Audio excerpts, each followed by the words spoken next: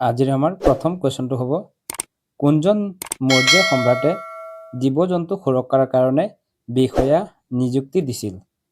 কোনজন মৌৰ্য সম্ৰাটে জীৱ জন্তু সুৰক্ষাৰ বাবে বিষয়া নিযুক্তি কৰিছিল বুলি সুধিছে, আৰু ইয়াৰ ৰাইট এনচাৰটো হৈ যাব অপশ্যন নম্বৰ চি, সম্ৰাট অশোক।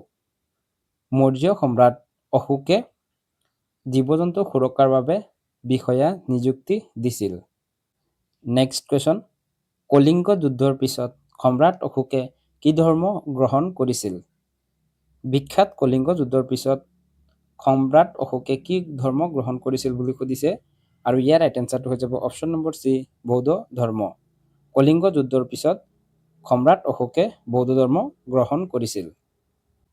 নেক্সট কুৱেশ্যন, জৈৱ বৈচিত্ৰ্যৰ সুৰক্ষাৰ হকে সজাগতা সৃষ্টি কৰা প্ৰথম শাসক কোন আছিল? জৈৱ বৈচিত্ৰ্যৰ সুৰক্ষাৰ বাবে সজাগতা সৃষ্টি কৰা প্ৰথমগৰাকী ভাৰতীয় শাসক কোন আছিল বুলি সুধিছে, আৰু ইয়াৰ ৰাইট এনচাৰটো হৈ যাব অপশ্যন নম্বৰ বি, সম্ৰাট অশোক। অশোক আছিল জৈৱ বৈচিত্ৰ্যৰ সুৰক্ষাৰ ক্ষেত্ৰত সজাগতা সৃষ্টি কৰা প্ৰথমগৰাকী সম্ৰাট। নেক্সট কুৱেশ্যন, শুঙ্গ বংশৰ প্ৰতিষ্ঠাপক কোন আছিল? শুঙ্গ বংশক কোনে প্ৰতিষ্ঠা কৰিছিল বুলি সুধিছে, আৰু ইয়াৰ ৰাইট এনচাৰটো হৈ যাব option number B, Pushyamitra Shunga. Pushyamitra শুঙ্গই 187 খ্ৰীষ্টপূৰ্বত এই বংশ প্ৰতিষ্ঠা কৰিছিল। নেক্সট কুৱেশ্যন, পুষ্যমিত্ৰ শুঙ্গই কোনজন মৌৰ্য সম্ৰাটক হত্যা কৰিছিল? পুষ্যমিত্ৰ শুঙ্গই কোনজন মৌৰ্য সম্ৰাটক হত্যা কৰি সিংহাসন দখল কৰিছিল বুলি সুধিছে, আৰু ইয়াৰ ৰাইট এনচাৰটো হৈ যাব option number C, বৃহদত্ত। Pushyamitra শুঙ্গই Maurya সম্ৰাট বৃহদত্তক হত্যা কৰি 187 খ্ৰীষ্টপূৰ্বত নতুন এক ৰাজবংশ প্ৰতিষ্ঠা কৰিছিল। নেক্সট কুৱেশ্যন, শুঙ্গ বংশৰ শেষৰজন ৰজা কোন আছিল? শুঙ্গ বংশৰ একেবাৰে লাষ্ট ৰজা কোন আছিল বুলি সুধিছে, আৰু ইয়াৰ ৰাইট এনচাৰটো হৈ যাব অপশ্যন নম্বৰ চি, দেৱভূতি। দেৱভূতি আছিল শুঙ্গ বংশৰ শেষৰগৰাকী ৰজা, আৰু পুষ্যমিত্ৰ শুঙ্গ আছিল প্ৰথমগৰাকী ৰজা। নেক্সট কুৱেশ্যন, শ্বেত বা চেদি বংশৰ প্ৰতিষ্ঠাপক কোন আছিল? শ্বেত বা চেদি বংশৰ প্ৰতিষ্ঠাপক কোন আছিল বুলি সুধিছে, আৰু ইয়াৰ ৰাইট এনচাৰটো হৈ যাব অপশ্যন নম্বৰ ডি, মেঘবাহন। মেঘবাহনে শ্বেত বা চেদি বংশ প্ৰতিষ্ঠা কৰিছিল। নেক্সট কুৱেশ্যন, গুপ্ত বংশৰ প্ৰথম সম্ৰাট কোন আছিল? গুপ্ত বংশৰ প্ৰথমগৰাকী সম্ৰাট কোন আছিল বুলি সুধিছে, আৰু ইয়াৰ ৰাইট এনচাৰটো হৈ যাব অপশ্যন নম্বৰ এ, শ্ৰীগুপ্ত। শ্ৰীগুপ্ত আছিল গুপ্ত বংশৰ প্ৰথমগৰাকী সম্ৰাট। নেক্সট কুৱেশ্যন, গুপ্ত বংশৰ শ্ৰেষ্ঠ ৰজা কোন আছিল? গুপ্ত বংশৰ শ্ৰেষ্ঠ ৰজা কোন আছিল বুলি সুধিছে, আৰু ইয়াৰ ৰাইট এনচাৰটো হৈ যাব option number B, Samudragupta. Samudragupta আছিল গুপ্ত বংশৰ শ্ৰেষ্ঠ ৰজা। নেক্সট কুৱেশ্যন, ভাৰতৰ নেপোলিয়ন বুলি কাক কোৱা হয়? ভাৰতীয়ৰ নেপোলিয়ন বুলি কাক কোৱা হয় বুলি সুধিছে, আৰু ইয়াৰ ৰাইট এনচাৰটো হৈ যাব অপশ্যন নম্বৰ বি, সমুদ্ৰগুপ্ত। সমুদ্ৰগুপ্তক ভাৰতৰ নেপোলিয়ন বুলি কোৱা হয়। নেক্সট কুৱেশ্যন, গ্ৰীক ৰজা চেলুকাছে কাক প্ৰথম চন্দ্ৰগুপ্তৰ ৰাজসভালৈ দূত হিচাপে পঠিয়াইছিল? গ্ৰীক ৰজা চেলুকাছে কাক প্ৰথম চন্দ্ৰগুপ্তৰ ৰাজসভালৈ দূত হিচাপে পঠিয়াইছিল বুলি সুধিছে, আৰু ইয়াৰ ৰাইট এনচাৰটো হৈ যাব অপশ্যন নম্বৰ চি, মেগাস্তানিছ। গ্ৰীক ৰজা চেলুকাছে প্ৰথম চন্দ্ৰগুপ্তৰ ৰাজসভালৈ দূত হিচাপে মেগাস্তানিছক পঠিয়াইছিল, আৰু তেখেতেই বিখ্যাত ইণ্ডিকা নামৰ পুথিখন ৰচনা কৰিছিল। নেক্সট কুৱেশ্যন, ইণ্ডিকা পুথিখনৰ ৰচক কোন? ইণ্ডিকা নামৰ পুথিখনৰ ৰচক কোন বুলি সুধিছে, আৰু ইয়াৰ ৰাইট এনচাৰটো হৈ যাব অপশ্যন নম্বৰ এ, মেগাস্তানিছ। মেগাস্তানিছে ইণ্ডিকা নামৰ পুথিখন ৰচনা কৰিছিল। নেক্সট কুৱেশ্যন, ইণ্ডিকা পুথিখনত কোন সাম্ৰাজ্যৰ বৰ্ণনা পোৱা যায়? মেগাস্তানিছে ৰচনা কৰা ইণ্ডিকা পুথিখনত কোন সাম্ৰাজ্যৰ বিষয়ে বৰ্ণনা আছে বুলি সুধিছে, আৰু ইয়াৰ ৰাইট এনচাৰটো হৈ যাব অপশ্যন নম্বৰ বি, মৌৰ্য সাম্ৰাজ্য।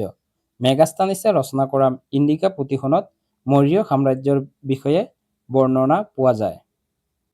নেক্সট কুৱেশ্যন, ফাহিয়ান কাৰ দিনত ভাৰতলৈ আহিছিল? ফাহিয়ান কাৰ দিনত ইণ্ডিয়ালৈ আহিছিল বুলি সুধিছে, আৰু ইয়াৰ ৰাইট এনচাৰটো হৈ যাব অপশ্যন নম্বৰ বি, চন্দ্ৰগুপ্ত দ্বিতীয়। চন্দ্ৰগুপ্ত দ্বিতীয়ৰ দিনত ফাহিয়ান ভাৰতলৈ আহিছিল আৰু তেখেত আছিল চীন দেশৰ এগৰাকী তীৰ্থযাত্ৰী। নেক্সট কুৱেশ্যন, হিউৱেন চাং কাৰ দিনত ভাৰতলৈ আহিছিল? হিউৱেন চাং এগৰাকী চীনা পৰিভ্ৰাজক আছিল আৰু তেখেত কাৰ দিনত ভাৰতলৈ আহিছিল বুলি সুধিছে আৰু ইয়াৰ এনচাৰটো হৈ যাব অপশ্যন নম্বৰ চি, হৰ্ষবৰ্ধন। সম্ৰাট হৰ্ষবৰ্ধনৰ দিনত চীনা পৰিব্ৰাজক হিউৱেন চাং ভাৰতলৈ আহিছিল। নেক্সট কুৱেশ্যন, হিউৱেন চাঙক কোনে কামৰূপলৈ আমন্ত্ৰণ কৰিছিল? হিউৱেন চাঙক কোনে কামৰূপলৈ মাতিছিল বুলি সুধিছে আৰু ইয়াৰ এনচাৰটো হৈ যাব অপশ্যন নম্বৰ এ, ভাস্কৰ বৰ্মন। কুমাৰ ভাস্কৰ বৰ্মনৰ ৰাজত্বকালত চীনা পৰিব্ৰাজক হিউৱেন চাং অসমলৈ আহিছিল। নেক্সট কুৱেশ্যন, চি ইউ কি গ্ৰন্থখন কোনে ৰচনা কৰিছিল? চি ইউ কি গ্ৰন্থখন কোনে ৰচনা কৰিছিল বুলি সুধিছে আৰু ইয়াৰ এনচাৰটো হৈ যাব option number B, Hiuen Tsang. Hiuen Tsang এগৰাকী চীনা পৰিব্ৰাজক আছিল আৰু তেখেতে চি ইউ কি গ্ৰন্থখন ৰচনা কৰিছিল। নেক্সট কুৱেশ্যন, উদয়গিৰিৰ গুহা কোন বংশৰ সময়ত নিৰ্মাণ কৰা হৈছিল? উদয়গিৰিৰ গুহা কোনটো বংশৰ ৰাজত্বৰ কালত নিৰ্মাণ কৰা হৈছিল বুলি সুধিছে আৰু ইয়াৰ ৰাইট এনচাৰটো হৈ যাব অপশ্যন নম্বৰ ডি, চেদি বংশ। চেদি বংশৰ ৰাজত্ব কালত উদয়গিৰিৰ গুহা নিৰ্মাণ কৰা হৈছিল। এই উদয়গিৰিৰ গুহা বৰ্তমান ভাৰতৰ কোনখন ৰাজ্যত আছে? ইয়াৰ উত্তৰটো আপোনালোকে কমেণ্টত জনাওক।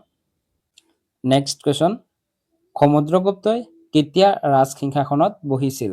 ভাৰতৰ নেপোলিয়ন বুলি জনাজাত সমুদ্ৰগুপ্ত কেতিয়া ৰাজসিংহাসনত অধিষ্ঠিত হৈছিল বুলি সুধিছে আৰু ইয়াৰ এনচাৰটো হৈ যাব অপশ্যন নম্বৰ বি, খ্ৰীষ্টাব্দ 335 খ্ৰীষ্টাব্দত সমুদ্ৰগুপ্ত ৰাজসিংহাসনত অধিষ্ঠিত হৈছিল। তেখেতে 380 খ্ৰীষ্টাব্দলৈকে ৰাজত্ব কৰিছিল। নেক্সট কুৱেশ্যন, গুপ্ত যুগৰ ভাস্কৰ্যৰ নিদৰ্শন কোন স্তূপত পোৱা যায়?